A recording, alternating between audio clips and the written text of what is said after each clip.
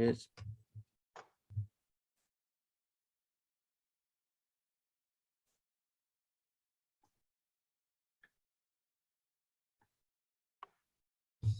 예, 안녕하세요. 소셜 스쿨 일요일 밤에서 진행하는 북톡방. 예, 오늘 11번째 시간인데요.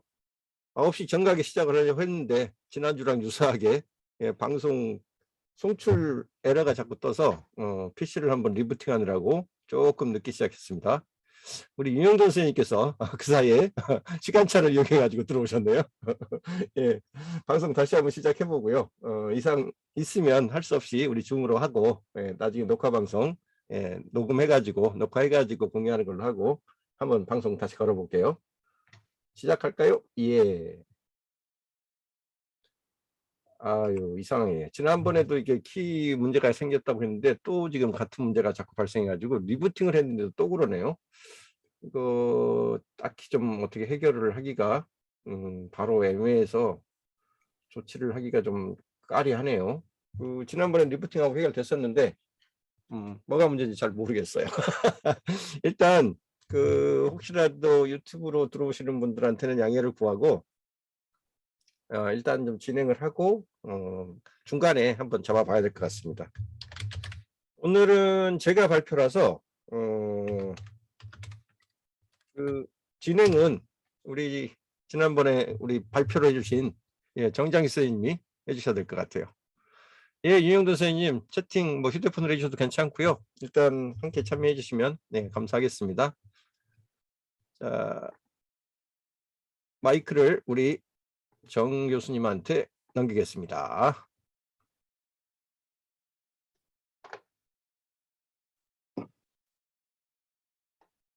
예, 진행해 주시죠. 제가 네.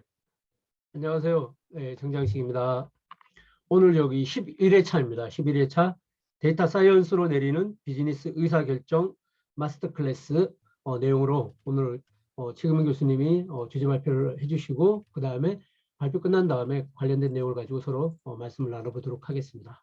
그러면 최 교수님 준비되신 대로 바로 시작하시죠. 뭐. 네. 예. 예, 양해를 우리 단톡방에다가 좀 대신 구해 주시면 고맙겠습니다. 아무래도 줌으로 오시는 분들끼리 얘기를 해야 될 것 같고요. 지난주에도 한번 방송사고가 있어서 점검을 분명히 한번 했는데도 또 동일한 증상이어서 원인 진단을 한번 다시 해봐야 될 것 같아요. 자, 화면을 먼저 공유를 하기 전에 오늘 설정한 요 책 표지 먼저 보여드립니다. 되게 어려워요. 말도 어렵고 내용도 어려워요. 데이터 사이언스로 내리는 비즈니스 의사결정. 그나마 그냥 일반 클래스도 아니고 마스터 클래스예요. 마스터 클래스. 그만큼 최고 경영자급, 거의 마스터급들이 어떤 의사결정, 그러니까 특히 경영적인 차원에서 전략적인 판단과 어떤 예측, 추산 이런 걸 해야 될 때 어떤 의사결정 프로세스를 가지고 결정을 해야만 하는가. 특히 이 데이터 기반으로 모든 의사결정이 이루어지는 그런 시대에 이제 이런 부분을 다루는 책입니다. 마소 캠퍼스의 김진, 그다음에 최정아 선생님께서 쓰신 책인데 이게 이 책만 한 권 달랑 나온 책이 아니에요. 저는 아직 다 읽어보지 못했는데 이 책을 보고 나서 이 전편들이 있었구나 싶어가지고 뒤에 이 책의 이 뒷부분을 보면 그동안 냈던 2020년부터 21년 이게 지금 좀 전에 소개한 책이 올해 1월 달에 나온 책인데 그 전까지 한 4-5권의 시리즈가 연작으로 있어요. 그리고 그 연작으로 냈던 작품들의 거의 집결편으로 총 실무 적용편으로 나온 게 이 책입니다. 그래서 책을 보다가 이 앞에 부분을 안 보면 이 전체 책에 대한 완결성이 머릿속에 좀 공부가 안 되겠다 싶어가지고 대거 5권을 5권을 다 주문했습니다. 이렇게 그래서 요 4권에다가 오늘 여기 발제하는 요 책까지를 좀 보셔야지 처음부터 끝까지가 좀 관철되는 그런 시리즈 5권은 이루어지는 거의 시리즈 작품의 마지막 종결편이에요. 제가 옛날에 부의 추월차선이라는 책을 평소에 안 보다가 나중에 부의 추월차선 종결편이라는 게 있다는 걸 알고 그걸 보고 나서 역으로 다시 책을 구입한 적이 있는데 예, 그런 비슷한 형국입니다. 예. 좀 내용이 약간 그 통계에 대한 전문 용어나 그다음에 특히 이제 엑셀 함수에 대한 그 실제 그 경영 판단에서의 적용 이런 약간 고급 그 기능이나 고급 용어들이 많아가지고 저도 다 이해가 못 되는 부분이 많아서 조금 시간 가지고 좀 정리를 좀 차분히 해서 그 함께 공유를 했으면 싶었는데 이런저런 이유로 이번 주가 제가 굉장히 바빴어요. 다른 어떤 주간보다 바쁜 한 주가 되다 보니 그 정리는 좀 충실히 못했습니다. 나중에라도 저 책 좀 더 추가로 읽어보고 제가 용어 인식이 좀 덜 미진하게 돼 있는 부분들 보완해가지고 나중에 교재는 다시 한번 공유하는 시간 갖도록 그렇게 하겠습니다. 일단 화면 공유 들어갈게요. 재료 공유 3번 공유 화면.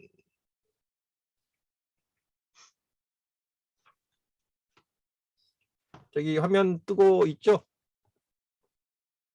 예, 파워포인트 예. 화면이요.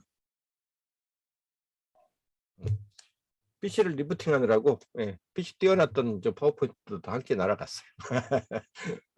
예. 많이는 준비 안 했고요. 우리가 이제 어차피 이 책의 전체적인 골자, 개요를 함께 공유하면서 책의 문제의식을 공유하자는 거지 책을 대신 읽어드리겠다는 건 아니기 때문에 제가 느꼈던 문제의식과 우리 교수진 분들께서 함께 도우미 역할을 하면서 읽었던 내용들을 편하게 이 토크 방식으로 좀 진행하도록 그렇게 하겠습니다. 자, 이 책의 기본적인 제목 부제는 데이터로 내리는 비즈니스 의사결정, 예, 그거에 대한 어떤 방법인데요. 방법과 기법을 설명한 책인데 그걸 그냥 뭐 어려운 학술 용어나 뭐 어려운 통계 용어를 그대로 설명을 한 그런 방식이 아니라 그 가상의 회사를 하나 상정을 해요. 여기서는 지금 마소 전자마트라고 이제 했는데 실제 사용된 데이터를 보면 거의 아마 실제 그 하이마트 쪽의 데이터가 아닌가 싶을 정도로 그 유사한 그 전자 양판점, 예, 양판점의 실제 사례를 가지고 전국에 있는 뭐 10개 이상의 지점들이 자기들이 향후 어떤 그 판매 전략을 가지고 어떤 이벤트를 하고 어떤 그 실적 목표를 세운 다음에 어떠한 품목에 어떠한 이벤트를 해야만 실질적으로 원하는 목표 매출액을 얼마까지 더 달성할 수 있을까라는 아주 구체적 실전에서 필요로 하는 질문들을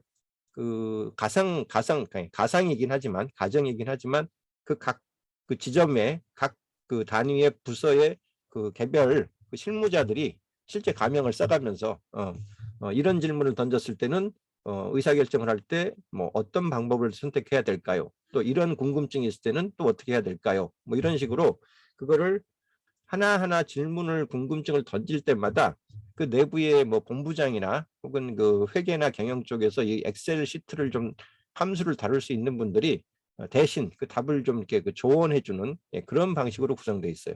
실제로 책의 그 역할과 롤들이 그 정말 나는 그 파는 건 잘해도 도대체 그 숫자가 들어가거나 뭐 함수가 들어가면 뭔지도 모르겠어요 하는 이제 그런 분들의 그 애환, 그 고난 이런 것들을 그 해결해주는 그 해결사들과 이제 그 도움을 필요로 해서 더 멋지게 영업 실적을 내는 그런 직원들 간의 어떤 그 데이터 분석에 대한 이해를 그 돕는 그런 구조로 책이 쓰여져 있어서 어려운 얘기임에도 불구하고 굉장히 재미있게 쓰여져 있고 읽는 것도 그렇게 어렵진 않아요. 책 전체가 이따가 이제 보면 아시겠지만 한 240페이지 분량이 안 되는 책인데다가 그나마도 절반 이상이 도표예요. 표고나 도표이기 때문에 실제 읽어야 될 분량은 한 100페이지 정도 분량밖에 안 돼요. 그래서 하루라도 뭐 용어 같은 거 이해 안 되는 거 그냥 다 무시하고 일단 쭉 한번 통독을 해보겠다라고 작정하시면 하루에도 충분히 읽어낼 수 있는 책이에요. 다만 한번 그 문제의식을 가지고 엑셀이라는 도구 하나만으로도 이런 의사결정에 도움을 받을 수 있구나라는 것을 느끼면 그 느끼는 것만으로도 이 책의 가치는 충분할 것 같아요. 그래서 어떤 내용들로 구성이 되어 있고 꼭 좀 보면 좋겠다 싶은 그 컨셉, 키워드, 그다음에 그 여기 참고로 나온 그래프들은 어떤 것들인지를 조금만 그 함께 공유하는 수준에서 발제를 대신하겠습니다. 자, 김진 최정화 선생님 쓰신 책이고 부제는 이렇게 붙어 있어요.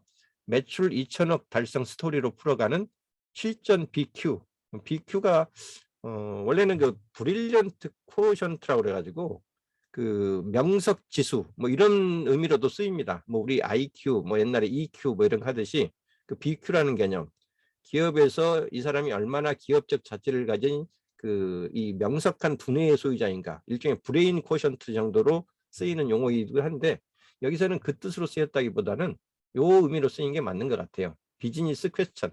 그러니까 처음부터 끝까지 줄곧 데이터 기반의 의사결정을 한다고 했을 때는 그 데이터를 수치부터 보는 게 중요한 게 아니라 무슨 문제를 해결하려고 데이터를 필요로 하는지 문제에 대한 정의와 질문에서부터 시작해야 된다는 얘기를 굉장히 강조를 하는데, 굉장히 공감이 가는 얘기거든요. 그래서 머리말을 딱 읽어보시면요, 이렇게 얘기합니다. 이 책을 읽고 나면 독자는 다음과 같은 역량을 확보할 수 있을 것입니다 라고 얘기를 하고, 크게 4가지의 역량을 얻는 것을 목표로 했다. 그러니까 독자가 이런 4가지의 역량을 갖출 수 있다면 좋겠다라는 이 저자들의 희망사항을 4가지로 정리를 하고 있는데, 그게 이거예요. 좋은 의사결정. 여기서 말하는 좋은은 거의 그 라이트, 그러니까 옳은 결정에 가까운 거죠. 옳은 의사결정을 위한 종합적 지식과 융복합적 역량. 여기서 융복합이라는 게 단순히 통계만 알아서도 안 되고 마케팅 기법만 알아서도 안 되고, 그 각각의 보통 우리가 도메인이라고 하죠. 인더스트리, 업종. 도메인은 그 인더스트리 산업 영역 중에서도 특정한 카테고리의 어떤 이 뭐랄까 사업군, 비즈니스군 이런 의미인데, 그 도메인에 대한 어떤 그 오랜 경험과 직감, 촉을 가질 수 있는 역량도 매우 중요하기 때문에 그런 것까지 다 통과를 하고, 또 이게 숫자 속에서 어떤 인사이트를 얻어내는 거기 때문에 숫자를 숫자로 봐가지고는 보이지 않는 거를 시각화, 그래프나 표를 만들어 가지고 다른 그 의사결정에 연관된 그 통계적 지식이 없는 사람들도, 분석적 지식이 없는 분들도 빨리 어떤 인사이트를 발견할 수 있도록 해주는 그런 기술, 뭐 이런 것들이 다 하나로 결합이 되어야만 내릴 수 있는 결정들이기 때문에 그런 지식과 융복합 역량을 갖추면 좋겠다. 갖추어야만 이런 의사결정이 가능하다. 뭐 이런 얘기기도 해요. 그리고 그냥 이론적인 어떤 배움보다는 업무 환경에서 즉각적으로 적용이 가능한 질문을 던지고, 그걸 실제 사례에서, 가상이지만 실제 사례에서 이러이러한 방식으로 풀어낸다는 것을 현실적인 데이터 분석 방법으로 보여준다. 그래서 뭐 어려운 뭐 인공지능의 뭐 머신러닝이니 딥러닝이니 이런 걸 하나도 얘기 안 합니다. 파이썬이니 R이니 이런 건 다 빼버리고 그냥 집에서 쓰고 있는, 아니죠, 회사에서 쓰고 있는 엑셀 데이터 갖고 오세요. 전국의 각 지점에서 지금 현재 관리하고 있는 모든 판매 데이터 엑셀로 되어 있는 시트 보내주세요. 이런 식으로 해가지고 이제 시작을 하거든요. 그리고 처음부터 끝까지 다른 툴은 나오지도 않습니다. 오로지 엑셀 하나에서 엑셀에서 이미 개발해 놓은 함수식들만 이용해 가지고 얼마든지 의사결정에 필요한 그 도움을 받을 수 있다는 것을 실제로 전체 내용에서 증명을 하거든요. 그렇게 당연히 실질적이고 활용성이 높은 분석 결론, 그리고 의문이 들 때마다 곧장 질문 던지면 그 질문을 해결하는 방법을 엑셀로 풀어내는 그런 구조로 글이 구성이 되어 있어요. 또 중요한 거, 어떤 결정을 내렸다고 하더라도 어떤 통계적 엑셀 함수를 통해서 통계적 결정을 내렸다 하더라도 실제로 그런 결정을 내린 게 얼마나 틀릴 가능성이 있는가, 소위 말하는 오차, 오류를 우리가 용인할 수 있는 수준이 어디인가에 대한 관점도 꼭 가지고 내 말이 얼마만큼 실제와 다를 수 있는지에 대한 오차를 내가 스스로 알고 얘기해야 된다. 이제 그것도 굉장히 중요한 포인트로 얘기를 하거든요. 그래서 어디까지나 모든 예측이라는 거는 미래에 틀릴 가능성이 있는 거고, 틀릴 가능성을 확률적으로 몇 프로까지는 맞겠지만 몇 프로에 내에서는 틀릴 위험도 있어요라는 거를 꼭 내가 알고 얘기를 해야 된다. 이제 그런 얘기를 합니다. 그래서 관찰자 오류에 대한 얘기를 마저 덤으로 이렇게 해주고 있는 그런 책이에요. 그래서 혹시라도 이 책 자체만으로 지금 이 내용이 한번 읽는 것만으로 이해가 안 되면 제가 먼저 권장드리는 거는 이 마소 캠퍼스 사이트를 한번 가보세요. 그러면 이 마소 캠퍼스에서 주로 이제 교육을 위주로 하는 그런 업체지만 코로나가 굉장히 지금 2년, 3년 막 이렇게 길어지면서 옛날에 오프라인 강좌하던 것들을 대부분 온라인으로 다 돌렸어요. 그리고 온라인으로 만든 그 강좌들을 거의 다 저기 보시면 오른쪽에 있는 게 지금 와디즈랑 조인해가지고 그 이 마소 캠퍼스가 제공하는 컨텐츠를 그 필요로 하는 사람들한테 펀딩 방식으로 지금 제공하고 있는 그런 사이트들이거든요. 지금도 많이 돌아가고 있어요. 뭐 이미 그 마소 캠퍼스가 이렇게 펀딩 방식으로 자기들의 교재나 그 교육 콘텐츠를 미리 그 선판매 형식으로 모금을 해가지고 공급을 하기 시작한 게 뭐 올해만이 아닙니다. 벌써 한 1, 2년 전부터 이제 저런 방법을 사용하고 있는데 성과들이 괜찮은 것 같아요. 이거 보시면 지금 오늘 하루 남았다고 하는 거인데 앵콜 데이터 사이언스와 비즈니스 애널리틱스를 위한 통계 분석 마스터 클래스 요 책에 대한 겁니다. 예, 요 책에 대한 거를 동영상 강좌를 포함해 가지고 마디지에 펀딩 방식으로 팔고 있는데 벌써 지금 이게 달성률이 1,700%가 넘잖아요. 800만 원 정도를 지금 그 내겠다고 펀딩에 참여한 그 참여 의사를 표명한 분들이 지금 거의 1,000만 원 가까이 형성이 됐기 때문에 그 정도만큼의 이제 이 교육 컨텐츠에 대한 니즈를 갖고 있다고 알 수 있죠. 요거 말고도 뭐 데이터 시각화, 데이터 분석 시각화, 뭐 엑셀 시각화, 그다음에 마케팅 영업 실무, 뭐 분석 격차 이거 다 그 마스 캠퍼스 쪽에서 이미 책으로 교재를 만들어 놓고 그걸 동영상 컨텐츠를 만든 다음에 이 패키지로 묶어서 제공하는 그런 툴들이거든요. 그래서 오늘 주로 이 책에서 다룬 내용은 이 부분과 관계된 걸까요? 마감, 임박, 앵콜, 데이터 사이언스와 통계 분석 마스터 클래스 이 책을 기준으로 하는 겁니다. 근데 이런 것들이 다 이 앞에 있는 그 사전 그 지식들을 필요로 해서 그거를 다 종합적으로 적용한 그런 이 교육 과정이기 때문에 저도 이거 한번 들어야 될 것 같아요. 저도 책 다 사긴 샀는데 아직 다 읽어보지를 못해서 동영상 강좌도 신청을 했어요. 요거 풀 패키지로 뭐지 신청하는 그 신청 비용이 한 20만 원이 좀 안 되더라고요. 뭐 그 정도야 뭐 공부하는데 투자해야죠. 그래서 이런 사이트가 있으니까 여기 와디즈 펀딩 쪽에 가셔가지고 참여를 하시면 동영상 교육도 좀 책에서 그 이해하지 못했던 부분들이나 이해가 어려운 부분들을 동영상에서 좀 보충받을 수 있다는 것을 미리 정보로 드립니다. 그래서 기본적으로 책은 5개의 장으로 구성이 되어 있고요.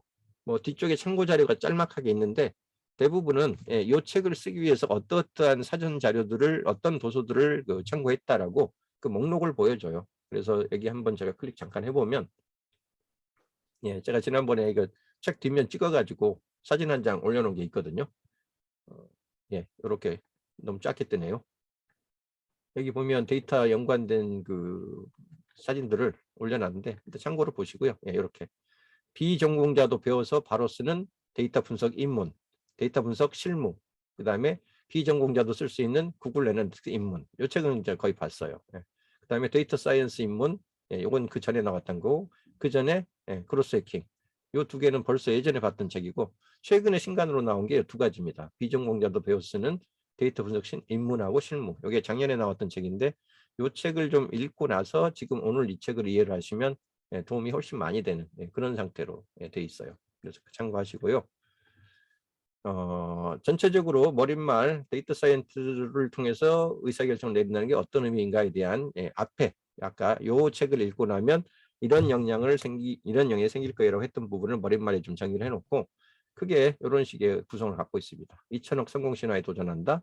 비즈니스 현황을 먼저 파악하라. 시계열 데이터를 탐색해가지고 다음 해 목표치가 어디까지 갈지 확률적으로 의사결정을 해라.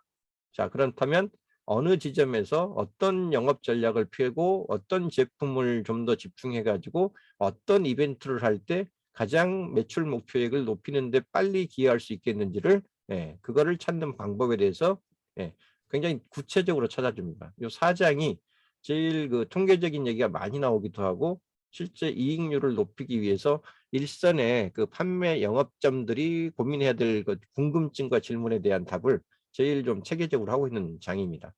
그리고 마지막으로 이제 다른 부서보다 만년 2등을 하고 있는 그 특정한 한 업체 하나가 1등을 따라잡기 위해서 할 수 있는 어떤 그 선택과 집중이 과연 어떤 제품에 어떤 방식으로 할까? 요거에 대한 거를 하나의 이제 마지막 사례를 들어가지고 이 5장 요거를 이제 정리하고 있는 그런 방식으로 구성이 돼 있어요. 그래서 이게 처음부터 끝까지 스토리 라인을 갖고 있기 때문에 장을 하나씩 이렇게 넘겨갈 때마다 자연스럽게 따라갈 수 있는 구조로 돼 있어요. 책 읽는 건 되게 쉽습니다. 그래서 전체적으로 한번 흐름에 가장 좀 이렇게 귀에 익히는, 귀에 남는 그런 키워드들하고 그 키워드가 갖는 그 핵심적인 의미들만 제가 딱 한 페이지로 정리했거든요. 요것도 어려운 것들은 제가 일부러 좀 가볍게 그냥 넘어갔어요. 그냥 너무 그 깊게 들어가면 머리만 아프기 때문에. 첫 번째 장, 몬테카를로 시뮬레이션이라는 표현을 해요. 이게 어떤 거냐면 어떤 결과를 정확히 예측할 수 없는, 사실상 미래 예측이죠. 이런 경우에 확률 모형에다가 각 변수의 일련의 난수를 반복적으로 발생시켜서 가상 실험을 무수히 반복함으로써 결과값이 어떤 퍼센테이지로 얼마만큼 발생 가능한지 확률적 분포를 도출해내는 방법. 그래서 어떤 직관적 의사결정에 반해서 미래 예측을 할 때 확률적으로 몇 프로의 비율로 성공할 확률, 그리고 몇 프로의 비율로 실패할 확률, 따라서 오차가 발생할 위험성 얼마, 그래서 그 수치를 우리가 냈을 때 그 수치는 얼마까지 믿을 만한가, 그래서 그 오류의 가능성이나 틀릴 위험은 어느 정도인가까지를 다 우리가 인정한 상태에서 의사결정을 하는 것, 이게 정확한 의미의 데이터 기반 의사결정이라고 얘기를 해요. 그리고 요 의사결정을 하는 가장 대표적인 방법론으로 요 몬테카를로 시뮬레이션이라는 도구를 사용한다라고 전제를 하는 거예요. 그러니까 어떤 상황이 어떻게 발생할지 모르니까 미래에 발생 가능한 여러 가지 변인 요소들을 다양하게 그 난수식으로 바꿔보고 난 다음에 그 수많은 이 가상 시뮬레이션의 결과를 가지고 확률적으로 이렇게 벌어질 확률이 몇 프로다라는 식으로 예측을 한다는 거죠. 그래야지 틀려도 틀릴 확률이 몇 프로였으니까 우연하지만 그 틀릴 확률 속에 들어갔겠구나라고 인정을 할 수 있다는 거죠. 그게 이 함께 이 일장의 몬테카를로 시뮬레이션하고 데이터 기반 의사결정의 실제 내용하고 이게 방법론에 해당한다고 보시면 됩니다. 자, 그리고 어떤 예측을 한다는 거는 기존 분석할 수 있는 연관 데이터가 있기 때문에 가능한 건데, 보통 미래 예측은 같은 범주에 과거에 발생했던 데이터를 기반으로 하는 거거든요. 그래서 뭐 판매량을 예측한다고 그러면 뭐 최근 3년간 지금까지 10년간 판매 데이터 속에서 뭐 예를 들면 시즌별로 판매가 들쭉날쭉한다 그러면 시즌별 데이터를 분석을 해야 될 것이고, 월별로 각각 판매량이 들쭉날쭉하다 그러면 월별 데이터를 작년 대비 올해 같은 월로 비교를 해야 될 것이고, 이런 식으로 연속된 데이터, 과거의 데이터를 집적해 가지고 어떤 변화된 흐름에 맞추어서 그 맞는 시점끼리 구간을 쪼개 가지고 분석 비교를 해야 되는데, 그럴 때 필요한 데이터의 구조는 기본적으로 데이터 구조는 두 가지로 보통 나눕니다. 범주형 변수하고 연속형 변수. 그래서 숫자로 바로 표현할 수 있는 것들인데, 그게 연속된 어떤 숫자를 가질 때 이게 연속형 변수라고 얘기를 하고, 명목척도, 서열척도로 오는데 어떤 등수 같은 거, 등수 같은 거, 1등부터 100등 같은 거 매길 때 이 1등과 100등의 개념은 숫자적으로는 다 달리 나올 수 있네요. 1점부터 100점까지 나올 수도 있지만 0.00 소수점 평균으로 해가지고 90점대 그냥 1등부터 100등까지가 다 몰려 있을 수도 있는 거거든요. 그런 것처럼 구분하는 방식이 카테고리 기준으로 잡는가 아니면 개별적인 숫자로 잡는가에 따른 데이터의 기본 구조가 다르고요. 요거를 이제 우리가 볼 수 있는 방식, 우리가 표현하는 방식으로 본다면 데이터를 표현하는 방식이 테이블 구조로 보는 거, 그다음에 크로스 탭으로 보는 거, 템플릿형으로 보는 거, 크게 세 가지가 있다고 얘기합니다. 그래서 다 읽어봐야지 이해가 되는 개념이고, 우리가 평소에 저런 식으로 데이터를 나눠서 얘기하지는 않으니까 그 책에서 읽어보시면 되고요. 중요한 거는 데이터를 최대한 알기 쉽도록 하기 위해서 이런 형식의 데이터 구조를 우리가 만들어서 보여주는데, 기본적으로는 데이터를 분석을 하려면, 엑셀 시트나 이런 데서 분석하려면 테이블 형태의 구조를 갖춰야 된다는 거예요. 테이블 형태의 구조라는 거는 행과 열을 만들어 놓고 맨 윗 행에는 각각의 개별 데이터의 숫자들, 보통 레코드라고 얘기를 해요.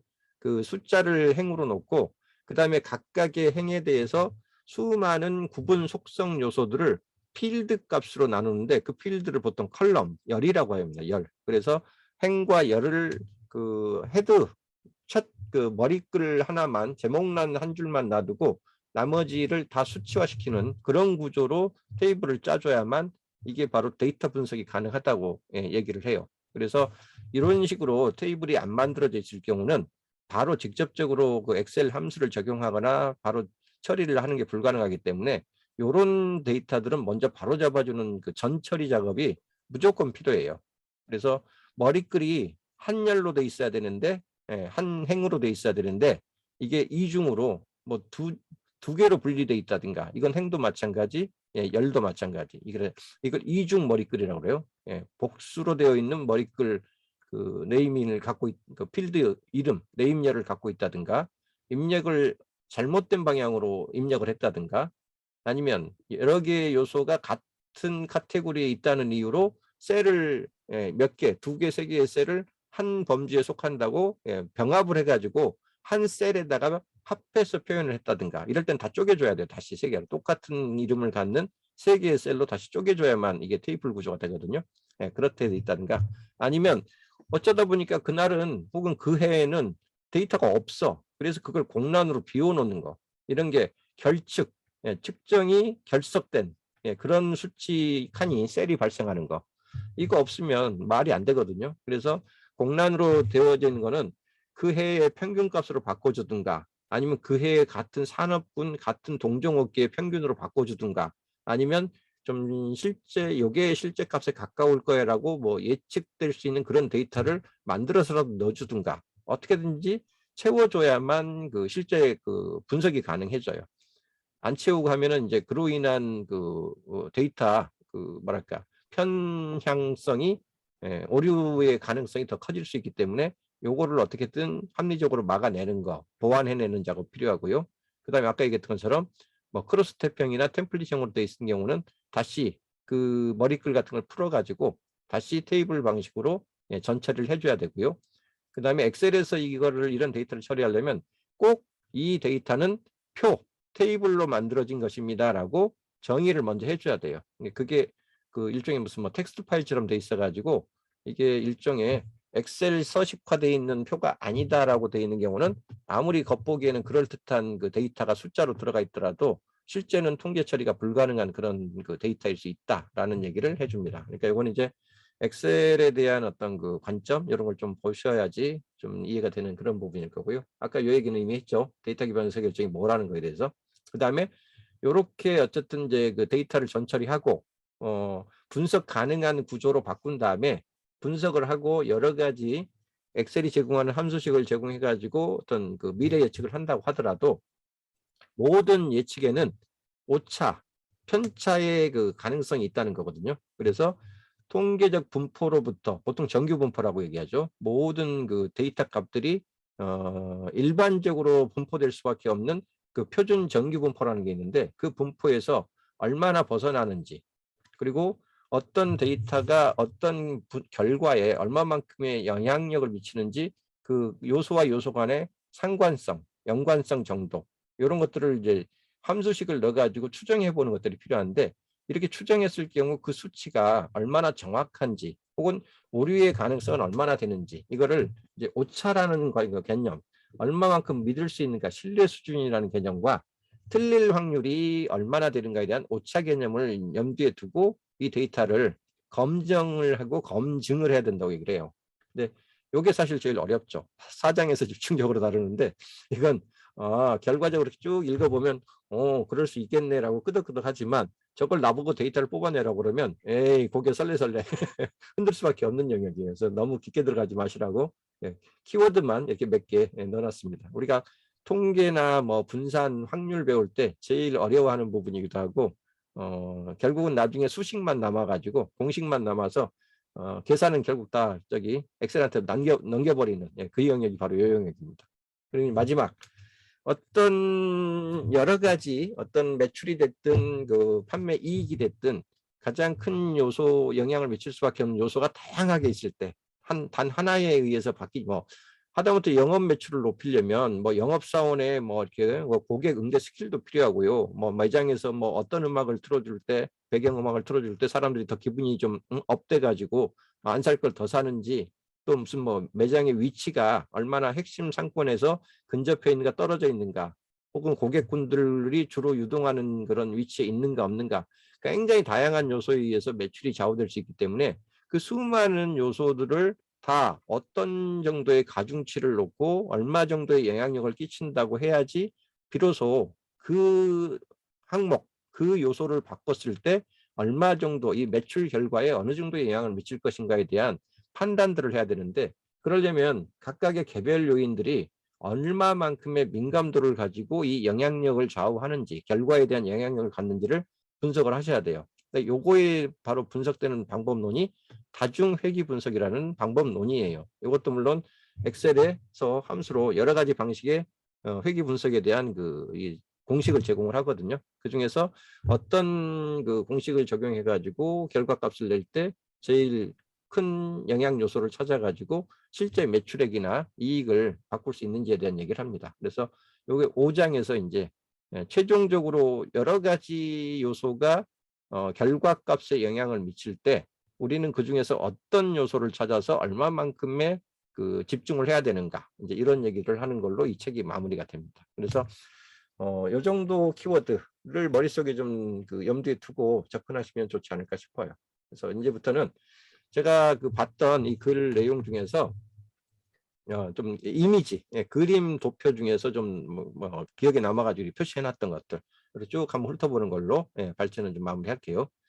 요 데이터 기반 의사결정의 프로세스를 모형으로 하나 제시를 하는데요. 이걸 기본 일반적인 모형 구조로 합니다. 그래서 PPDAC 모형이라고 그러는데, 여기 보면 P부터 시작하죠.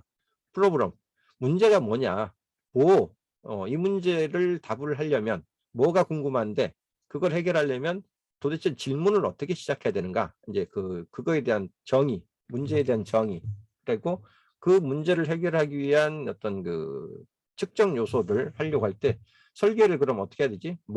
어떤 데이터를 봐야 되는 거야? 그리고 그 데이터는 어떻게 수집해야 돼? 요 어떤 데이터를 봐야 되며 어떻게 그 데이터를 얻어낼지에 대한 플랜, 수립. 이게 PP죠. 그리고 그래서 데이터를 얻어냈다고 쳐요. 그러면 일단 데이터는 수집하는 어떤 요령이 있어야 되고, 수집한 데이터를 다시 관리해야 되고, 그걸 다시 아까 얘기했지만 통계적으로 분석을 하려면 전처리를 해야 된다고 그랬어요. 뭐 테이블 구조가 안 맞는다든가, 항목이 누락돼 있다든가, 뭐 이게 머리글이 중복으로 잡혀 있다든가, 이런 제반에 분석을 다이렉트 할 수 없는 상태의 데이터는 다 전처리를 해줘야 되는데, 보통 이쪽 데이터 업계 그 종사해봤던 분들 얘기 들으면요, 이 작업만 거의 80%라고 그래요. 전체 이 분석해가지고 결론을 이끌어내는 영역은 전체 이 데이터 프로세스, 처리 프로세스의 20%도 안 된다고 그러거든요. 여기에서 다 시간과 에너지를 다 소진한다고 그래요. 데이터 전처리 쪽에서.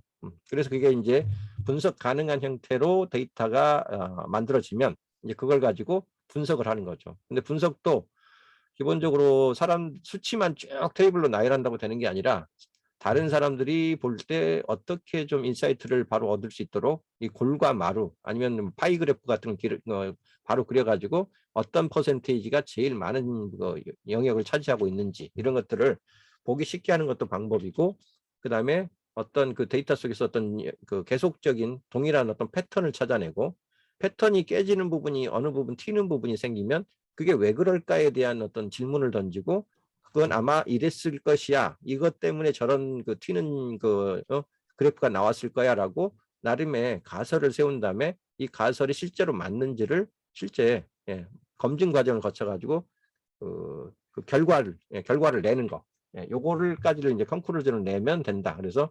PPDAC라는 이런 구조 모형을 보통 제일 많이 쓴다고 합니다. 그리고 재밌었던 것들이 몇 가지가 있어요. 이거 보면 이번에 우리 그 선거 끝나고 나서 그 출구조사 발표할 때 딱 갈렸었잖아요. 그 방송 3사가 조사했던 이쪽 그 야당 승리 비율과 그다음에 그 JTBC가 따로 반대 결과를 이렇게 예측을 했었는데, 그 나중에 보면 결과적으로 방송 3사 쪽이 거의 소수 둘째 줄자리까지 그 정확하게 맞춰버리잖아요. 그때 그런 식으로 어떻게 제한된 그 샘플을 가지고 어떻게 전체 집단이 몇 프로의 그 지지율을 보일지를 어떻게 예측할까? 그게 통계학적으로 다 이게 분류가 돼 있더라고요. 그래서 이 모집단이 저는 이게 모수 집단인가 이랬는데 엄마란 뜻이더라고요. 엄마, 마더 집단. 그래서 실제로 우리가 추정을 하려고 하는 전체 집단의 뜻이에요. 그래서 이게 우리가 추정하려고 하는 전체 집단의 그 개수가 몇 개냐에 따라서 우리가 어떤 통계적인 예측을 했을 때 계산 산식에 의해서 통계적 산식에 의해서 계산했을 때 이 정도의 그 정확도를 가지려면 몇 명 정도의 그 데이터 숫자가 필요한가가 딱 정해져 있는 틀이에요. 그래서 예를 들면 우리가 추정하려고 하는 그 최종 데이터가 10,000명이 넘는 그런 그 대상을 하고 있다 그러면 90%의 신뢰를 가지려면요 최소한 264명이 필요하고요. 그거 아니면 여기 95%의 어떤 그 정확도를 가지려면 370명의 그 샘플이 필요하고요. 99%의 정확도를 가지려면 623명이면 된대요. 그러니까 여기 보면 뭐 10만 명, 여기는 거의 100만 명 이상이죠. 일단 100만 명 이상의 그 모집단을 그 대상으로 신뢰 수준을 높이자고 할 때는요. 보통 384명만 있어도 95%의 신뢰 수준이 나오고 664명만 넘어가도 99% 신뢰도가 나온다는 거예요. 그러니까 뭐 우리가 여기 100만 명 이상, 선거 같은 경우 유권자 보통 한 3천만에서 4천만 정도를 대상으로 하는 거니까 거기에 우리가 1,000명 내지 2,000명 정도 그 샘플로 가져오면 벌써 이 수준만 가지고도 보시면 95%, 99%의 신뢰도가 나오기 때문에 1,000명 여론조사가 절대로 엉성한 그 샘플 숫자가 아니라는 걸 아실 수 있죠. 그래서 이런 것도 상식적으로 좀 알아두면 좋겠다는 생각이 좀 들더라고요. 그리고 매출, 미래의 매출을 추정할 때 제일 많이 쓰는 게 과거의 매출이죠. 과거의 매출에서 점점 성장하는 곡선이나 이런 걸 하면 이걸 이제 보통 추세선이라고 그러는데요. 그 골과 마루의 어떤 평균점 같은 것들을 연결해 가지고 이 정도 수준으로 올라가면 들쭉날쭉 약간 그 편차는 생기겠지만 평균적으로 이 정도에 근접하는 수준으로 가겠네라고 추세선을 기반으로 추정을 하는 거죠. 근데 요거 좀 더 가면 이제 여기다가 도대체 그럼 추세로부터 내가 이 예측하는 게 이 실제 요게 평균선이라고 할 때 여기서부터 얼마나 내 결과값이 얼마나 그 편차가 발생할 수 있을까 요거까지를 함께 얘기해 줄 수 있는 그런 그 함수식이 있어요. 그래서 요걸 R 제곱 계수라고 그래 가지고 이걸 이제 보통 결정 계수라는 표현을 쓰는데요.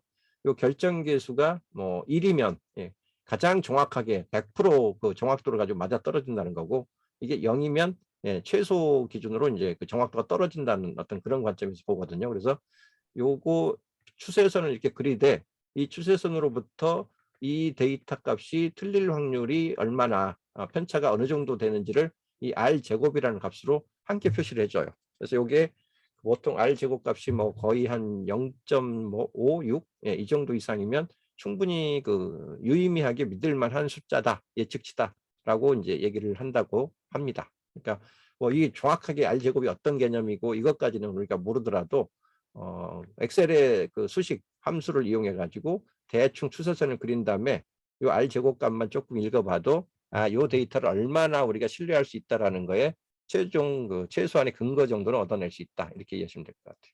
그래서 여기 보시면 그 상관계수라는 말을 쓰는데 여기 상관이 있다 없다를 가르는 계수 이게 절대값이기 때문에 보통 0에서부터 1까지만 움직입니다. 그 1일 때는 완전 그 비례관계, 완전 상관관계고 0일 때는 완전 상관없음이고요. 그래서 보통 한 0.4에서 0.6 정도를 나오게 하면 상관관계가 있다라고 보고요. 한 0.6 이상만 돼도 꽤 상관관계가 높으니 이 데이터는 믿을만 합니다라고 본다는 거예요. 그래서 요 상관계수니 계수라든가 뭐 아까 그 결정계수라든가 하는 것들을 조금 그냥 상식선에서 좀 알아두시면 좋을 것 같아요.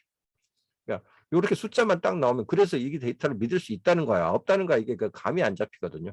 그리고 우리가 또 데이터 기반의 의사결정을 한다고 했을 때 도대체 오차가 발생할 확률이 얼마일 때 믿을 만해? 라고 했을 때 아까 얘기했던 그 95%의 신뢰 구간이면 5% 정도는 틀릴 수도 있다. 어떤 결과가 나왔을 때 가능한 시나리오를 여러 가지를 냈을 때 5번, 100번 측정을 하면 100번 결과를 내보면 5번은 그 결과 낸 값을 벗어날 수 있다라는 게 이제 그 오차율이니까 그런 관점에서 이걸 어디까지를 용인할 건지를 봐달라는 얘기죠. 그래서 아까 얘기했던 것처럼 요 어떤 결정을 내릴 때 투여되는 요소가 여러 가지면 여러 가지일수록 그 결과를 예측할 수 있는 그 방법도 수많은 데이터를 모아보거나 아니면 실제 모집된 데이터가 없으면 가상으로 시뮬레이션 데이터를 만들어서라도 그 여러 가지 요소를 다시 조합을 해봐가지고 어떤 가능성이 있는지, 어떤 변화의 여지가 있는지를 측정해보는 그런 함수들이 이제 보통 회귀 그 분석 함수라고 하는데 방법도 여러 가지예요. 그러니까 요 중에서 그 어느 하나를 딱 써야 된다는 게 아니라 내가 분석하려고 하는 그 성격, 문제의 성격에 따라서 가장 적절한 것들을 선택하고 골라 써야 된다는 거죠. 그리고 여기 아까 했던 편차, 오차, 표본 오차, 표준 오차 막 말도 비슷비슷해가지고 뭔 뜻인지 잘 모르겠는 이런 것들도 염두에 두고 이 용어들을 좀 그 공부를 하시고 그거에 맞춰서 이 결과를 좀 얻어내면 좋겠다. 그래서 이 책은 그 아까도 얘기를 했지만 일단 이제 공유는 마칠게요. 그 조금 어렵게 느껴져서 저도 좀 이렇게 그 정리가 쉽지는 않았던 그런 사례인데 그래도 제가 이 책을 읽으면서 좋았던 건 뭐냐면 그동안에는 막 그 우리가 의사결정을 데이터 기반으로 해야 된다고 하면 우리 계속 좀 그것만 좀 염두에 뒀거든요.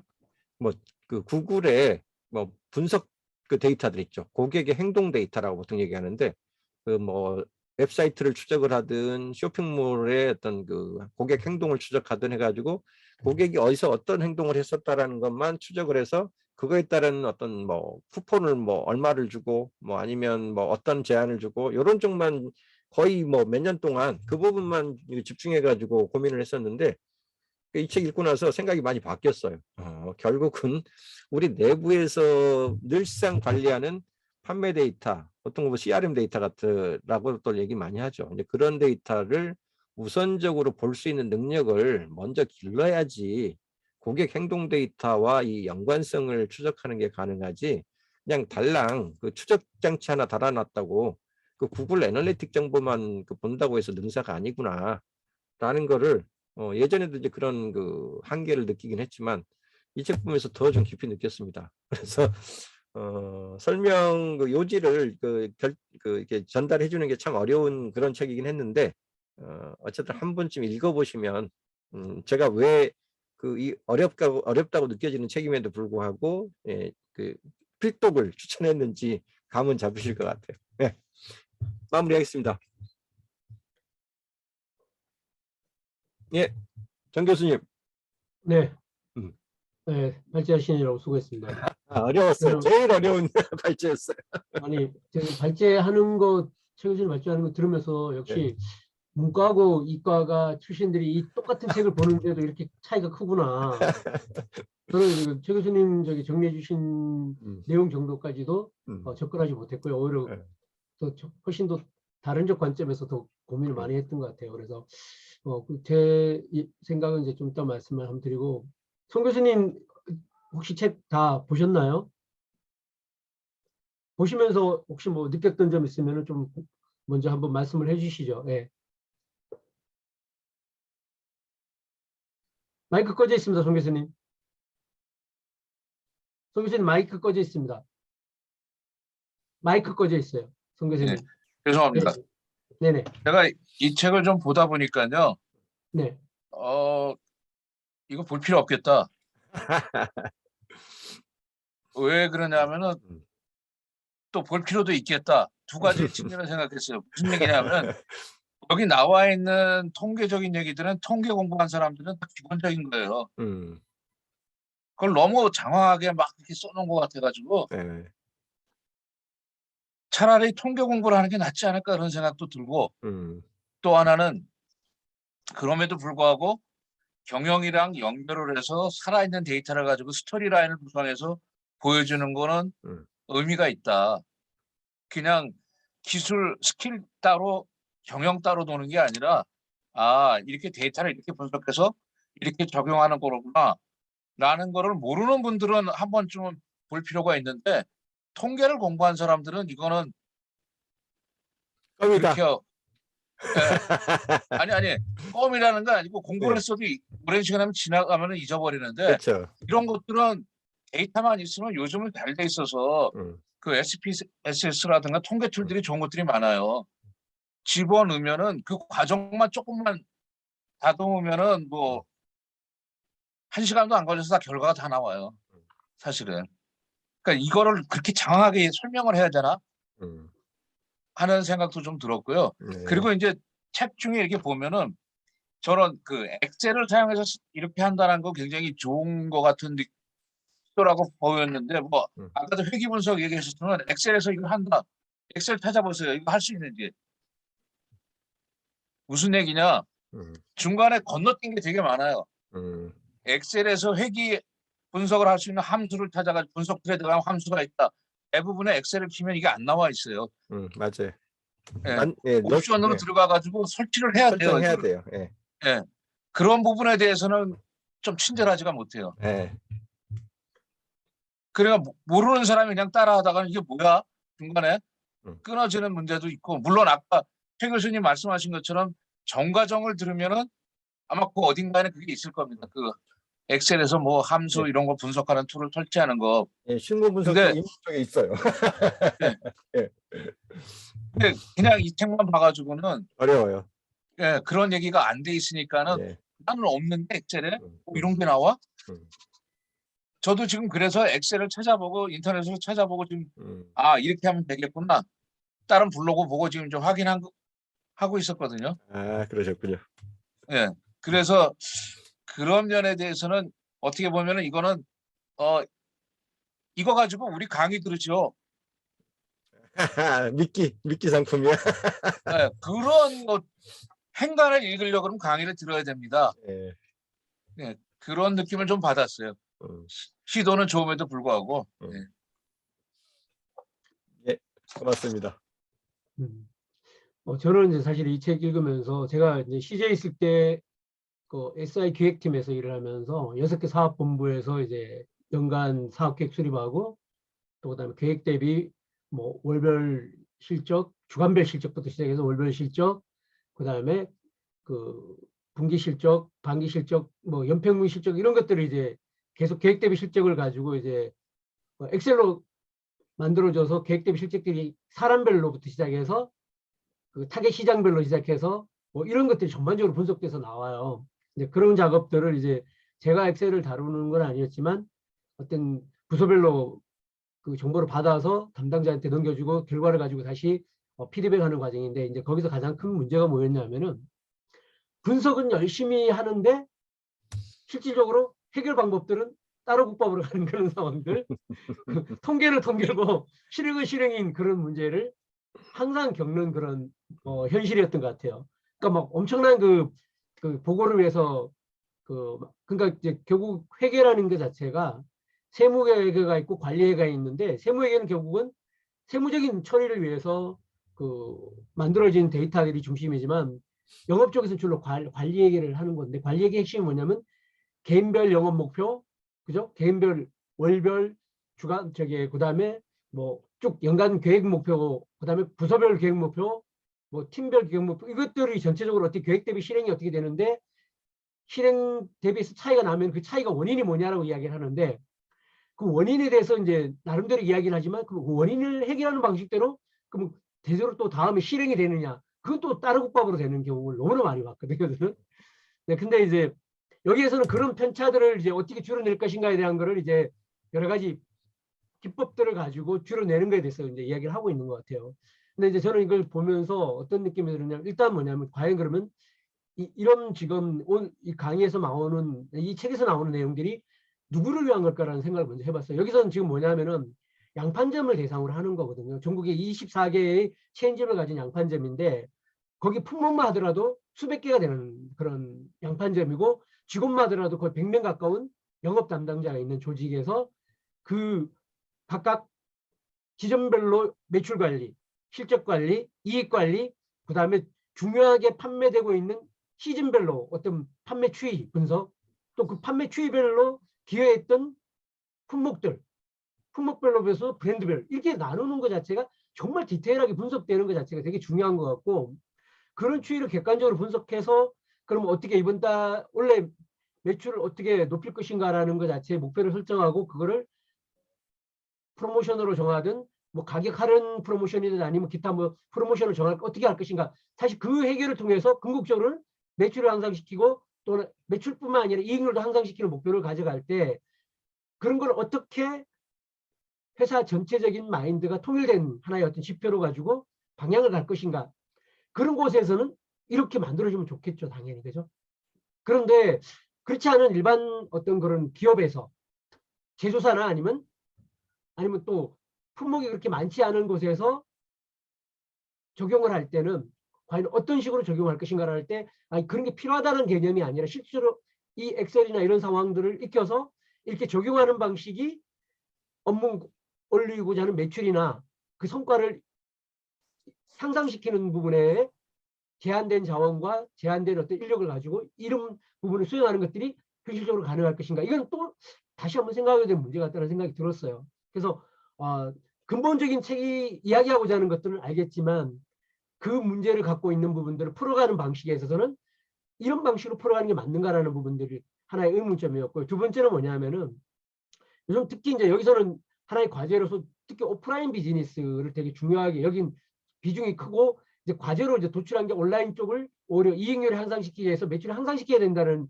결론을 도달을 하는데 대부분 디지털 마케팅을 하고 있는 회사들의 입장에서 매출이라는 부분들이 여기서 주요하게 바라보는 요소들 여긴 더군다나 이제 물건 매입이라는 것들 자체가 벤더를 통해서 받아들이고 또 벤더를 통해서 원가 관리나 그 부분 관리가 되게 중요한 요소가 되지만 일반 회사에서 그랬을 때 지금 매출이나 수익 부분에서 더 중요한 요소가 뭐냐면 오히려 더 고객에 대한 어떤 경험을 제공하고 고객과의 관계를 만들어서 재구매율을 높이고 이런 관점 자체가 어떻게 보면 관리 포인트 자체가 상당히 다른 요소들이 있을 거라는 생각이 드는 거예요.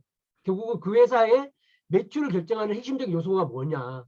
여기도 뭐 KPI로 나온 것들도 있지만 그런 KPI가 되게 산업적 측면에서 여기 같은 양판점이 바라보는 목표라는 것과 아니면 일반 제조업 브랜드나 아니면 디지털 마케팅에서 뭔가 비즈니스 수행하는 기업이 설정할 수 있는 부분들이 차이가 있었을 것 같고 그런 차이가 발생되는 부분이 과연 이 문제를 푸는 방식들이 양판점처럼 그렇게 크게 전체적인 매출이나 수익 개선을 만들어내는 데 부분에 얼마나 효과적일 것인가 이 부분에 이제 좀 의문이 들었던 것 같아요.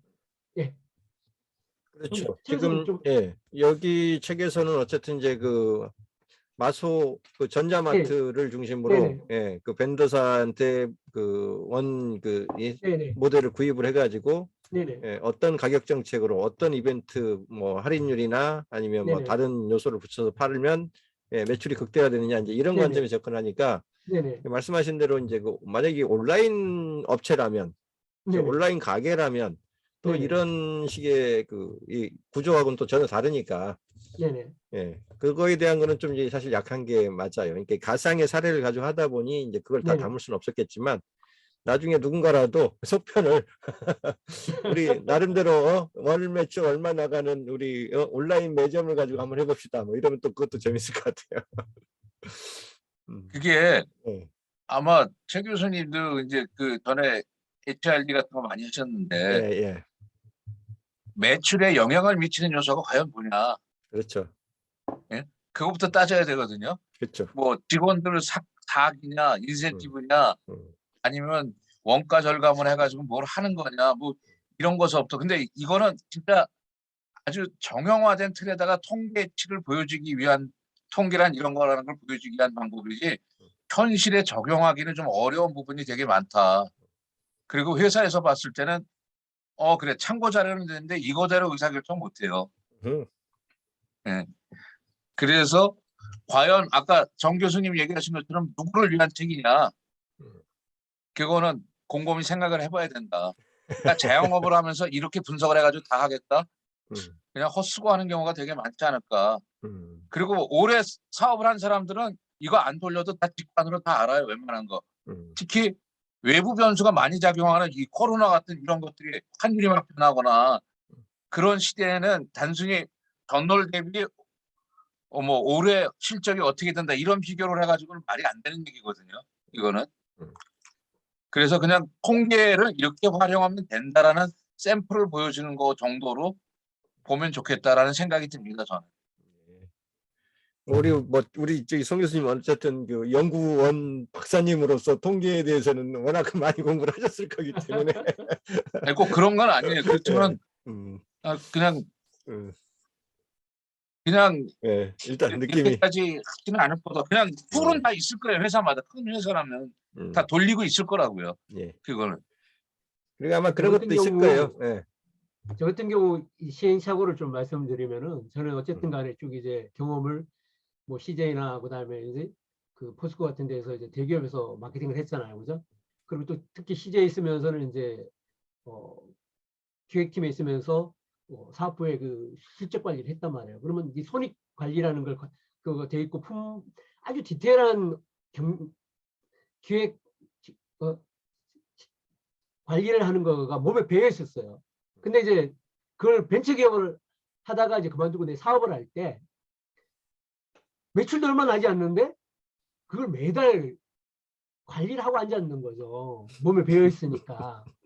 근데 그거를 매출도 얼마 안 나는 걸 가지고 그거를 체계적으로 손익 관리를 하는 것 자체가 회사를 발전시키고 회사를 규모를 키우는 거하고는 하면 나쁜 건 아닌데 그게 결정적으로 중요한 건 아니라는 거죠. 사실 이제 그거를 나중에 깨닫고 그것보다 더 중요한 사업이 더 중요하게 미치는 요소는 오히려 그보다는 아이템을 잘 잡고 그걸 갖고 훨씬 더 빨리 팔아내는 게 더 중요한데 관리보다 팔아내는 게 더 중요한데 그런 어떤 그 시행착오를 겪었던 적을 뼈저리게 반성한 적이 있었거든요. 그러니까 약간 그런 느낌이 들었어요. 뭐냐면은 제대로 관리하는 측면들이라는 게 이것도 관리를 위한 게 아니라 뭔가 판매에 대한 전략들을 만들어낸다는 건데 지금 여기처럼 뭐 24개 지점과 뭐 100명 정도의 규모의 양판점 같은 경우에서는 이런 데이터들이 경영 지표로서 경영 의사결정을 하는데 되게 중요한 요소가 될 수 있지만 규모가 작은 데에서는 이렇게 객관적으로 막 데이터로 분석하는 것보다 훨씬 더 이렇게 현실적으로 나오는 직감적인 판단들과 결정들이 훨씬 더 중요한 요소로 차지할 수 있는 요소들도 되게 많다라는 생각이 들었고 그런 측면에서는 오히려 더 뭐 아까 저기 최 교수님 말씀하신 그런 구글 애널리스트 같은 이런 데이터를 통해서 나오는 그런 지표들 그러니까 결국은 오히려 인터넷에서는 세 가지 지표가 되게 중요하잖아요. 그죠? 매출이라는 거, 객단가라는 거, 그다음에 재방문이라는 이런 요소들에 대한 것만이라도 제대로 좀 분석을 하고 그다음에 또 예를 들어서 집행된 데 대비해서 유입이 어떻게 되는지 이런 것만이라도 좀 데이터를 근거로 해서 제대로만 하더라도 훨씬 다른 의사결정을 할 수 있는데 그런 것조차도 지금 제대로 못하고 있는 상황에서 이 정도의 어떤 체계화된 어떤 데이터 분석은 사실은 너무 과한 게 아닌가 그런 생각이 들었어요. 아, 잘못했습니다. 반성해야 되겠네. 너무 어려운 책을 선택했어. 우리 누구야? 우리 윤영도 선생님은 제가 오래 전부터 이렇게 인연이 있으신 분인데 우리 이용 교수님도 그 낯설지는 않거든요. 혹시 지금 계속 같이 들어봐 인내심을 가지고 지금 들어가지고 계신데 어떻게 좀 뭐랄까요? 좀 이거 좀 느낌이 좀 제가 오시는지. 예. 예. 최 교수님, 예. 교수님 토론 잘 들었습니다. 아유, 고맙습니다. 제가 이제 통계학을 좀 해가지고 아, 그래서 조금 알아들었습니다. 아이고 이런. 이런 부분에 있어가지고 예. 뭐 전혀 이 관심을 최근에 두질 않아가지고 오늘 아까 10만 여라방에서 이제 교수님이 초청 말씀이 계시가지고 아, 그래서 오셨군요. 내용으로 고맙습니다. 이렇게 그 귀한 내용을 하고 계시나 해가지고 들어봤는데 역시 이 난이도가 상당히 네, 있는 있어요. 내용이라서 이런 부분에 있어가지고 저는 이 부분이 뭐 실용적으로 이렇게 한다는 내용보다 그냥 이런 게 있구나 하는 이런 차원에서 이렇게 오늘 잘 들었습니다. 아이고. 정말 고맙습니다. 제가 그 또 일정 때문에 아, 예. 하도록 하겠습니다. 아, 고맙습니다. 예. 와주신 것만으로 감사합니다. 예. 감사합니다. 고맙습니다, 예. 교수님. 먼저 나가셔도 괜찮습니다. 네, 네, 예, 감사합니다. 예. 예. 통계하셨던 분이시군요. 어쩐지 그래도 참을성 있게 들어주셔가지고. 아마 제가 시간이 좀 더 있어서 좀 이렇게 더 쉽게 아마 정리를 하려고 했다고 하더라도 사실 그 설명을 일일이 다 할 수 있는 그런 지금 그 이 용어들이 그래요. 아니거든요, 사실은. 예, 제한된 시간 내에. 그러니까 기본 문제의식은 이제 두 분 그 약간 코멘트 해주신 것처럼 필요는 할 수 있으나, 그러니까 이런 관점, 저는 이렇게 그 접근의 관점 부분에서 좀 시사성을 좀 얻었으면 하는 그런 마음에 이제 추천을 해드렸던 책이거든요. 그러니까 데이터를 분석을 한다고 했을 때 단지 그 어떤 그 대충 감이나 이런 거에서 하기보다는 그 실제로 업무 일선에서 이러이러한 기법들이 그 실용적으로 적용이 가능하다. 그리고 뭐 굳이 뭐 아주 그 고급 그 뭐 우리 통계에서 뭐 SPSS 얘기하지만 SPSS가 뭔지도 모르는 분들은 세상에 태반이거든요. 그렇죠. 그렇죠. 예. 그래도 예. 엑셀은 드러나 봤지만 예, 그런 뭐 대학원 뭐 박사과정에 통계학이라도 한번 뭐 석사 논문이라도 하나 안 써보면 SPSS 뭐 볼 리도 없는 분들은 뭐 태반이니까 그런 면에서 보면 어려운 툴 자꾸 꺼내려고 하지 말고 우리가 일상적으로 쓰고 있는 엑셀만 가지고도 이런 분석이 가능하다라는 거는 이제 그 알려주는 차원에서는 나름대로 재밌었던 것 같아요. 저도 책 읽는 동안 되게 네. 재밌게 봤어요. 그리고 음, 책 자체의 되게 큰 장점은 뭐냐면 이게 사례를 되게 쉽게 들어놓고 그다음에 이게 되게 실무 같은 느낌을 그 현장감 있게 전달해 주는 부분들을 너무 이렇게 잘 구성을 해가지고 그 현장을 정말 이렇게 업무를 해본 사람이 현장에 겪으면서 실무에서 겪는 이야기처럼 풀어놨기 때문에 그 부분은 너무 공감을 잘 되도록 잘 풀어놨는데 사실 이제 그 통계의 어떤 기법이나 이론 같은 경우는 뭐 저 같은 경우 처음 들어보는 게 맞고 그 부분은 어려웠지만 그 부분의 나머지 부분들은 전체로 처음부터 끝까지 되게 쉽고 재밌게 읽었던 책 같아요. 예. 근데 이 마수 캠퍼스의 여기 그 필진들이 대부분 교육을 일반 이런 그 대중들 상대로 하는 교육보다 기업체 출강하는 게 훨씬 많아요. 예, 그런 이제 것 같아요. 아무래도 예. 교육비를 집단적으로 회사에서 대줄 수 있는 그런 회사들이 뭐 실무자급 뭐 무슨 팀장급 이상 되는 친구들 아니면 그 경영 전략 세워야 되는 팀들 이런 쪽을 아예 집단 교육을 시키는 경우가 많거든요. 그러니까 이제 그런 면에서 본다면 그런 사례 위주로 또 그런 그 이렇게 교육 수요들에 맞춰서 나온 책일 수도 있죠. 예. 그리고 하여튼 여기서 여기 나온 이제 책 예, 저는 기존에 뭐 구글 애널리틱 저기 구글 광고와 관련돼 있는 예. 구글 에지와 또 봤고 그다음에 이제 그로스 해킹도 봤는데 내용 자체가 되게 그래도 일반적인 다른 책에 비해서는 되게 쉽고 현장감 있는 그렇죠. 형태로 잘 쓰여진 것 같아요. 그래서 그런 면에서는 되게 어떤 실무지향적인 그런 감각을 가지고 있는 예. 필진들이라고 저는 생각을 하거든요. 예. 그래서 이 책도 예. 사실 뭐 예전 같았으면 아마 제가 이 책을 오히려 추천했을 수도 있어요. 그러니까 일반 그 GA 관점, 그러니까 그 고객 행동 추적 관점에서 본다면 제가 오히려 이 책을 먼저 보세요라고 했을 수 있을 것 같은데 이 책은 이제 그야말로 엑셀 통계를 이렇게 활용할 수 있습니다 정도의 그 이제 그 문제의식을 던지고 싶어서 권했던 책이고 이 책도 제가 그 마저 훑어봤거든요. 근데 일반 기존의 구글 분석서들이랑은 그 관점이 또 좀 다른 게 여기는 이제 아까 우리가 구글을 통해서 얻어내려고 하는 데이터가 그 업종별로 좀 다르잖아요. 그러니까 그 온라인 쇼핑몰을 판매하는 회사, 그다음에 무슨 그 상담 콜을 받아가지고 어떤 DB를 일단 모아야 되는 회사, 뭐 기타 또 다른 이제 업종의 그 유형이 여러 가지가 있는데 요 책에서는 그래도 다른 책과는 다르게 다른 그 GA 분석이나 이렇게 알려주는 책들은 대부분 뭐 GA 그 뭐 설치는 어떻게 하고 보고서는 뭐가 있는데 그걸 보는 관점은 이렇게만 얘기하지 실제로 우리가 실무에서 이러이러한 관점에서 이런 데이터가 필요할 때는 GA에 어디를 보셔야 됩니다라든가 또 뭐 어떤 그런 그 우리가 보통 B2B에서 리드를 따내야 될 때는 이렇게 접근해야 됩니다라든가 이렇게 기본 문제의식을 그 비즈니스 실무 일선에서부터 출발해 가지고 그때 GA는 이런 용도로 쓰면 좋습니다라고까지 그 현업에서의 연관성과 GA를 얘기하는 책들은 거의 없어요. 드물어요. 근데 그나마 이 책이 그 초보자들을 대상으로 하고 있지만 그 당신이 속한 업종이 어디냐 그리고 지금 비즈니스적인 고민이 뭐냐 그 고민에 맞춰서 GA의 어느 보고서의 어느 부분을 봐라 이제 이런 식으로 좀 지침이 좀 나와 있어요. 그래서 그런 면에서는 또 의미가 있습니다. 다른 책과는 다르게. 교수님, 예. 저기 그 책이 음. 어쨌든 지금 그렇죠. 구글에서 음. 예, 공식적으로 지금 구글에서 내년 7월 달 음. 이후에는 예. 뭐 G4로 지금 방향을 저기 그렇죠. 정했잖아요. 그랬을 때 그럼에도 불구하고 사람들이 요즘 많이 좀 혼란스럽잖아요. 지금 예. 이 책 같은 경우도 뭐 그 G4가 아니고 아마 일반적인 구글 예. 그 UA 기반이에요. 기준을 만들었는데 그럼 G4를 공부하기 전에 유해 자체에 대한 제대로 이해되는 것들이 선행 학습이 필요한지 아니면 바로 G4로 가는 게 나은지 거기에 대해서 좀 잠깐 좀 조언을 주면 좋겠어요. 예. 학습 제가 방법에서. 경험적으로 보면 저도 GA를 네네. 지금 아주 본격적으로 다 지금 스터디를 못 해봤는데 네네. 일단 UA를 알아야 돼요.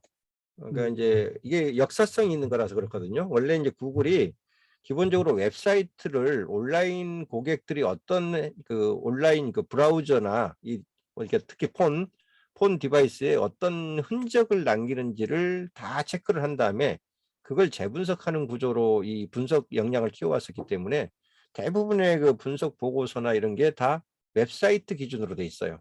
그래서 특정한 웹사이트에 방문자가 몇 명이었고 거기에 들어온 사람들이 무슨 링크를 클릭했고 뭐 이런 식으로 모든 그동안의 분석을 그 웹사이트의 흔적 정보를 추적하는 방식으로 진행을 했었는데 이제 점점 사람들이 웹에서만 움직이지 않고 폰을 타고 모바일로 움직이거든요. 그러면 이 데이터가 웹사이트에만 남질 않아요. 브라우저에만 남질 않고 이제 모바일과 태블릿이 막 뒤섞여 가면서 막 뭐죠? 데이터가 산지사방으로 흩어지는 이제 그런 현상이 발생하거든요.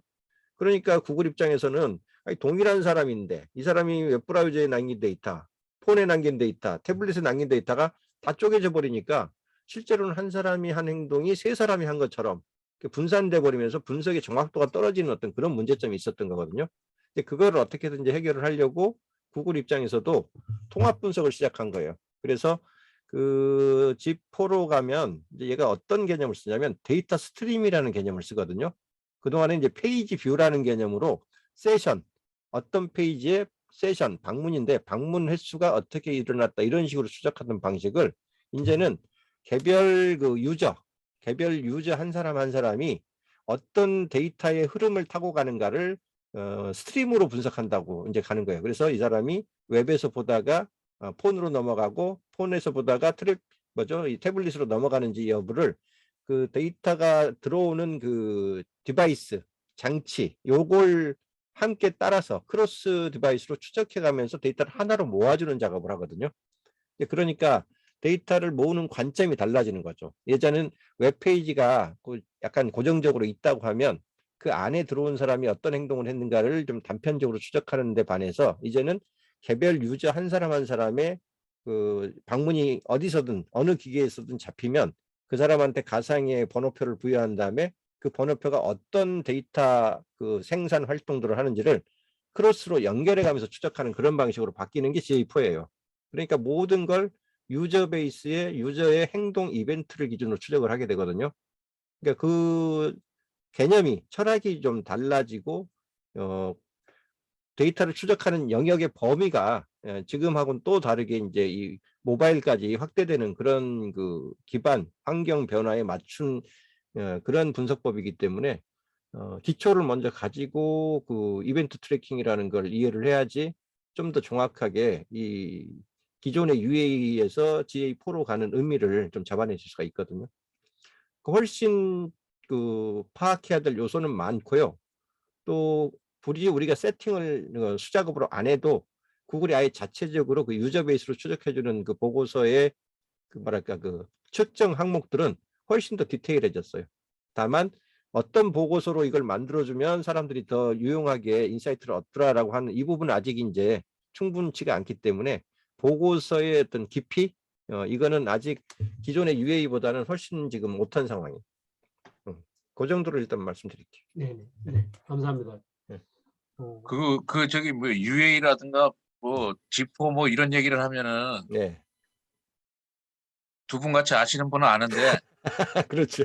일반인들이 들으면은 뭔 소린지가. 예, 결국은 제가 생각할 때는 음, 큰 기업이건 작은 데건 전문가의 영역이 있고 그렇죠. 예, 그래서 그 역할 분담을 좀 잘해줄 필요가 있다. 모든 걸 다 배우고 다 따라갈 수는 없는 것 같거든요. 맞아요. 예. 근데 이제 그게 참 그 일종의 딜레마인데 정말 계륵 같은 건데 그 작은 기업이나 그 소규모 기업일수록 이런 전문적인 그 분석이나 그 추적이나 이런 거를 할 그 인력, 자원이나 이게 없잖아요. 이제 예, 그래서 사실은 더 이거를 어떻게 보면 그 소외되고 이쪽에 있던 그러니까 정보의 지금 진화 속도로 보면 이 기술의 진화 속도로 보면 분명히 우리가 조금만 공부하면 얻어낼 게 굉장히 많은 이건 솔루션들이 그냥 널려 있는데도 불구하고 이런저런 어떤 그 사전 공부 수요를 못 쫓아가니까 예. 모든 그 기술 진화들이 쓸모없거나 나한테는 남의 얘기가 돼버리는 그런 게 너무 안타까울 때가 많아요, 사실은.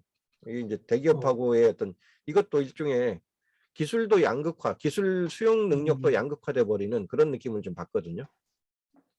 제가 오늘 책을 읽으면서 제가 사실 느낀 게 있는 게 뭐냐면은 규모가 크지 않더라도 제가 했던 그런 낚시 쇼핑몰 같은 경우는 카테고리 그러니까 아이템만 하더라도 한 거의 3,000개 가까운 정도 됐고요. 카테고리만 하더라도 수십 개 카테고리가 되는데 카테고리도 제조사별, 어종별, 낚시 방법별 여러 가지가 많거든요. 그런 경우 같은 경우는 오늘 우리가 이 책에 나온 것처럼 그렇게 분석을 하는 게 훨씬 더 효과적인 어떤 그럴 수 성과를 얻을 수 있는 되게 중요한 요소가 될 것 같아요. 왜냐하면 그렇지 않으면은 사람이 그냥 머리로 분석이 안 되거든. 예, 손으로 예. 분석이 안 되거든. 안 되는 것 같아요. 그래서 그런 엑셀을 이용해서 그런 아이템을 수가 많은데 의외로 그런 조합형 소품물들이 되게 많거든요. 그러니까 하나의 아이템인데도 아이템 수가 원체 많고 그 카테고리가 많은 그런 종류가 생각보다 많단 말이에요. 쇼핑몰 쪽에서도 이비즈니스 쪽에서도 그런 쪽에서는 이런 방식을 통해서 충분히 잘 설계만 한다면은 왜냐면 연간 이렇게 보면 시즌이 특히 이게 시즌을 많이 타거든요. 여기 이런 쇼핑몰 같은 경우도.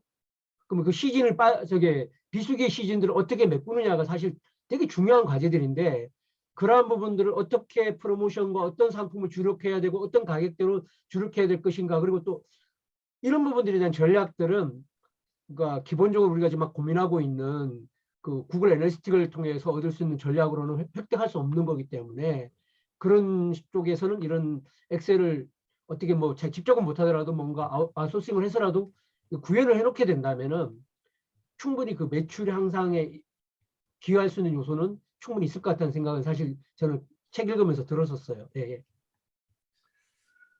예, 벌써 또 15분이네요. 대충 마무리해 네네. 주시죠, 뭐. 네네. 예. 자, 오늘 하여튼 뭐 음.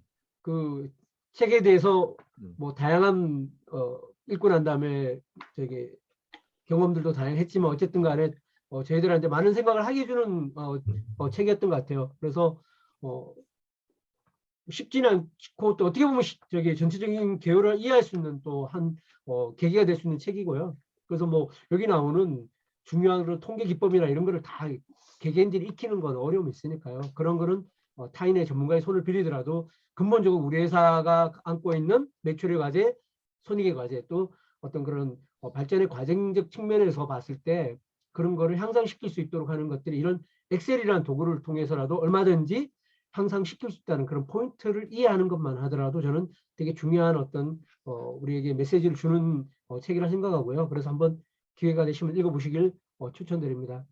그래서 오늘 11차 북톡방 방송은 이래서 마시고요. 저기 원래는 이제 다음 주에 진행될 이태용 교수님 책이 오늘 소개가 드려야 되는데 아직 책 소개가 정확히 제가 잠깐 화면 공유할게요. 예, 공유 좀 해주세요. 띄워놨거든요. 예. 네네. 화면 공유, 새로 공유. 예. 사이드 프로젝트 100. 예, 이 책입니다. 사이드 프로젝트 100. 네네. 본업을 그만두지 않으면서 부업으로 돈 버는 방법. 요새 이거 옛날에 한번 소개하셨던 책이네요. 예, 이태원 교수님 요새 그 부업으로 네네. 돈 버는 쪽에 많이 꽂히신 것 같아요. 지금 요새 좋죠. 예. 올 초부터 코인 그다음에 디지털 화폐 이런 쪽으로 계속 지금 책을 읽고 계신 것 같아요. 요거 하시겠다고 하셨습니다. 예, 네, 공유 중지합니다. 예. 예, 다음 주에 이 책으로 진행되니까요. 여러분 예. 많은 관심 가져주시고요. 예, 다음 주 또 이 시간에 뵙도록 하겠습니다. 자, 예. 오늘 유튜브로 전송을 못된 거는요.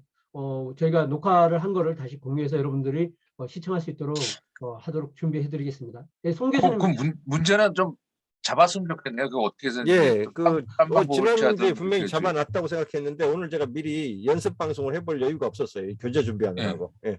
다시 다음 주에는 꼭 미리 한번 테스트 해보고 나서 예, 라이브 하도록 하겠습니다. 예, 양해 구합니다. 수고하셨고요. 한 주 예. 동안 수고하셨고 또 힘차게 한 주 맞으시기 바랍니다. 수고하셨습니다. 예, 수고하셨습니다. 예, 알겠습니다. 네, 수고하셨습니다. 네. 아유, 수고하셨습니다. 고맙습니다. 감사합니다. 선생님. 예. 네, 수고하셨습니다. 잘 들었습니다. 듣고 계셨군요. 안 계시면 그냥 네네네네. 끄려고 했는데. 고맙습니다. 너무 좋았어요. 예, 아, 감사합니다. 예, 또 네. 다음에 초대돼서 모시겠습니다. 네, 네, 고맙습니다. 예, 편안함 감사합니다. 되십시오. 예. 네, 감사합니다. 자, 뭐 이 룸 마무리하겠습니다. 예, 편안한 분 되세요. 네.